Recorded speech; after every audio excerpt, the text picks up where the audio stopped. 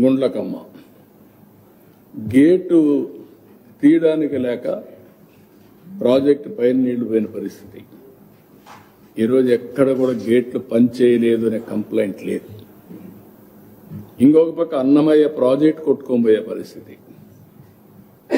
Pulichintala gates అన్ని black అయిన పరిస్థితి.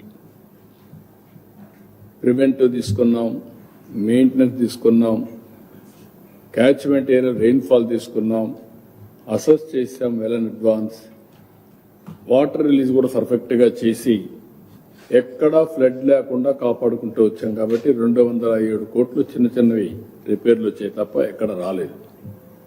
ఆర్డబ్ల్యూఎస్ 1,26,00,000, పంచాయత్ రాజ్ 8,70,00,000 ఇంకా దీంట్లో ఉన్నాయి.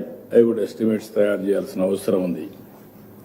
మొత్తం ఇంత డెవాస్ట్రేషన్ వస్తే ఎలక్ట్రిసిటీ డిపార్ట్మెంట్ అన్నిట్లో కలిపి 16 కోట్లు. అంటే ఏ విధంగా మనం ఎఫెక్టివ్గా మేనేజ్ చేయగలిగానికి ఇది ఒక example. Women and child welfare department, anganwadi centres అన్ని కలిసి 1,52,00,000. మొత్తం కలిస్తే 5,265,51,81,81,000 ఎస్టిమేట్స్ తయారు చేశాం. వీరిని తొందరలోనే కేంద్రానికి పంపిస్తాం. ఈ రోజు రేపు కొన్ని వాటర్ అంతా కూడా ఫ్లో కావడం, కొన్ని పొలాల మీదకి రావడం, అక్కడక్కడ కొంత డ్యామేజ్ ఉంది. అవి కూడా ఎస్టిమేట్ చేస్తున్నాం. ఆ ఎస్టిమేట్ చేసిన తర్వాత నెక్స్ట్ లెవెల్లో ఇవన్నీ పంపిస్తాం. ఏ విధంగా మానిటర్ చేస్తున్నా ఒక్కసారి మీరు చూస్తే can you show that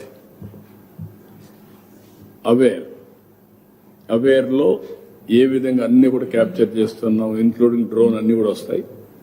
so that దాన్ని రియల్ టైంలో ఏఐ ఉపయోగించి మళ్ళా లాస్ట్ మైల్ కమ్యూనికేషన్ పంపిస్తున్నాం.